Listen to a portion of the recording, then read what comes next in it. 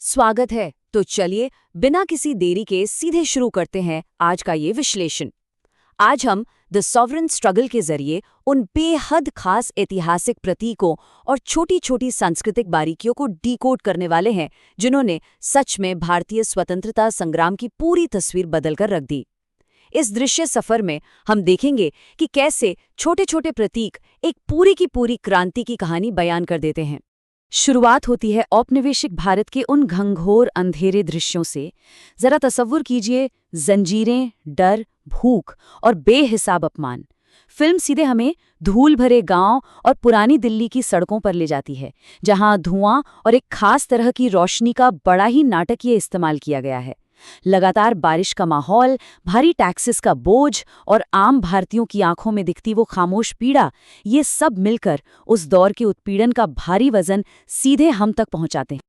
अब इस विश्लेषण में हम जिस दृश्य सफर को ट्रेस करने वाले हैं वो कुछ इस तरह आगे बढ़ता है। हम शुरू करेंगे उत्पीड़न से, जो आगे चलकर क्रांति की आग में बदलेगा। फिर आएगा बलिदान का दौर, जिससे जन्म लेगी एकजुटता, और आखिर में विजय और एक गहरे भावनात्मक गर्व का एहसास। हर एक कदम पर दृश्य और ध्वनि के संकेत पूरी तरह से बदलते जाते हैं। तो आज के इस सफर की रूपरेखा बिल्कुल साफ है। हम क्रमशः इन 5 पड़ावों से गुजरेंगे। पहला, औपनिवेशिक जंजीरों का बोझ। दूसरा, 1857 के विद्रोह की चिंगारियां। तीसरा, गुप्त क्रांति की लालटेनें। चौथा, शांतिपूर्ण जनसंघर्ष के प्रतीक। और पांचवा, भारतीय तिरंगे का सुनहरा उदय। चलिए आगे बढ़ते हैं। पहला पड़ाव 1857 के विद्रोह की चिंगारियां, यानी क्रांति की पहली आग। यहां आकर खामोशी अचानक एक शक्तिशाली तूफान में बदल जाती है। रात के अंधेरे में गुप्त तैयारियां चल रही हैं, और जैसे ही सुबह की किरण फूटती है, मंगल पांडे को अपनी राइफल लोड करते हुए देखिए। उनकी आंखों का गुस्सा सच में रोंगटे खड़े कर देता है।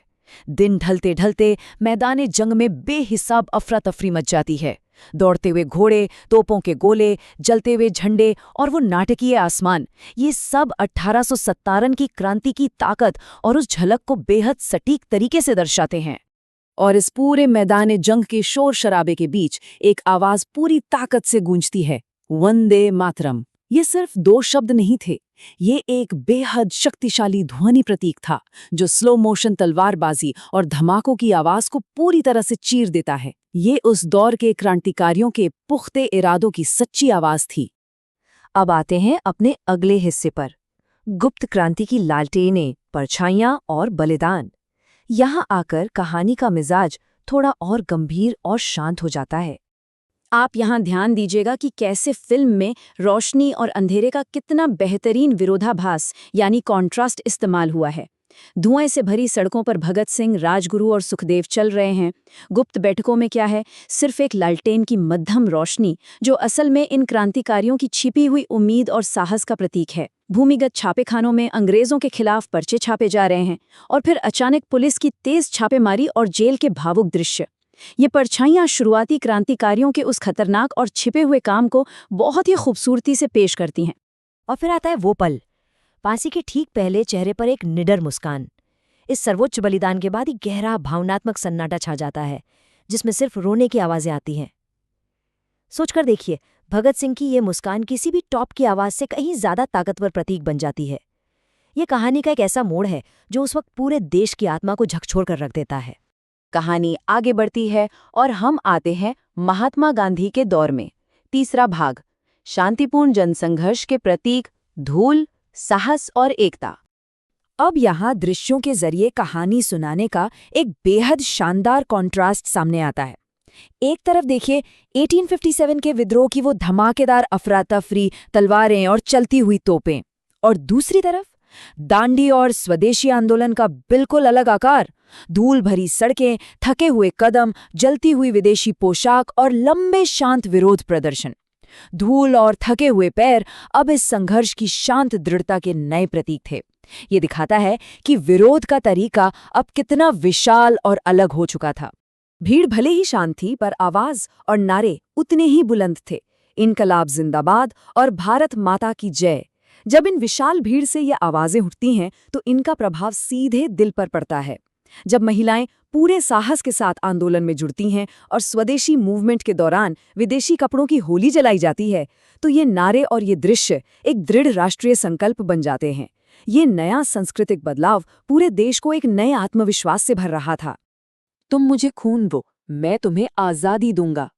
इस ऐतिहासिक भाषण के साथ ही कहानी में आगमन होता है नेताजी सुभाष चंद्र बोस का, और इसके साथ ही दृश्य दोबारा करवट लेते हैं।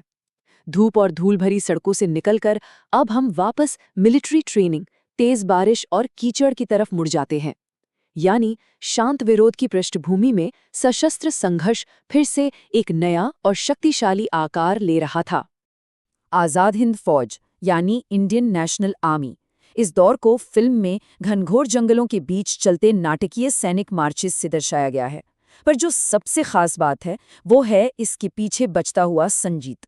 साउंड ट्रैक में भारतीय शास्त्रीय वाद्य यंत्रों को भारी ड्रम्स के साथ इतने कमाल तरीके से मिक्स किया गया है कि वो राष्ट्रवादी जज्बे को कई गुना बढ़ा देता है। युद्ध का ये पूरा माहौल एक अलग ही लेवल की ताकत का एहसास कराता है। और आखिरकार हम उस मंजिल के करीब पहुंचते हैं जिसका सबको बरसों से इंतजार था। चौथा भाग, भारतीय तिरंगे का उदय, एकजुटता और विजय। जरा इस एकजुटता को देखिए। हिंदू, मुस्लिम और सिख सब एक साथ खड़े हैं। कॉलेजेस में विद्यार्थी विरोध कर रहे हैं, फैक्ट्रियों में मजदूर हड़ताल पर हैं, गांव वाले चुपचाप क्रांतिकारियों की मदद कर रहे हैं और माएं आंखों में आंसू और दिल में गर्व लिए अपने बेटों को मैदाने जंग भेज रही हैं। समाज का हर एक वर्ग इस स्वतंत्रता संग्राम का एक जिंदा प्रतीक बन चुका था। सच कहूं तो देश की ये बेजोड़ सांस्कृतिक एकजुटता ही इस पूरी कहानी का सबसे खूबसूरत हिस्सा है। और फिर आता है वो रूह को सुकून देने वाला पल, 1947 का आज़ादी का जश्न। एक तरफ स्क्रीन पर ब्रिटिश झंडा धीरे धीरे नीचे उतर रहा है और ठीक उसके सामने लाल किले पर भारतीय तिरंगा स्लो मोशन में ऊपर उठ रहा है। आसमान आतिशबाजी से भरा है, लोगों की आंखों में खुशी के आंसू छलक रहे हैं और बच्चे झंडे लहरा रहे हैं। ये वो विशाल जश्न था जिसने कई दशकों की पीड़ा और कुर्बानी को एक बेहद मीठी जीत में बदल दिया।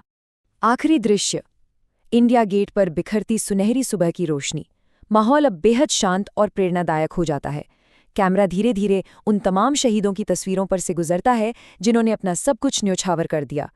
ये जो सुनहरी धूप में लहराता हुआ झंडा आप देख रहे हैं ना, ये सिर्फ कपड़े का एक टुकड़ा नहीं है, ये एक नए आज़ाद राष्ट्र की आत्मा की सच्ची पहचान है। तो जैसे ही ये तिरंगा उस सुनहरी धूप को अपने अंदर समेटता है, एक बेहद ज़रूरी सवाल उठता है। बीते कल के बलिदानों के ये प्रतीक आज के वक्त में हमारे राष्ट्र की सांस्कृतिक पहचान को किस तरह से आकार दे रहे हैं? सोचिएगा ज़रूर। ये कुछ ऐसे सवाल और छावियां हैं जो लंबे वक्त तक जहन में गूंजती रहेंगी, और सच मानिए यही इन ऐतिहासिक प्रतीकों की असली ताकत है। उम्मीद है इस सफ़र ने आपको इस संघर्ष को एक बिल्कुल नए नज़रिए से समझने में मदद की होगी। आज के इस विश्लेषण में बस इतना ही।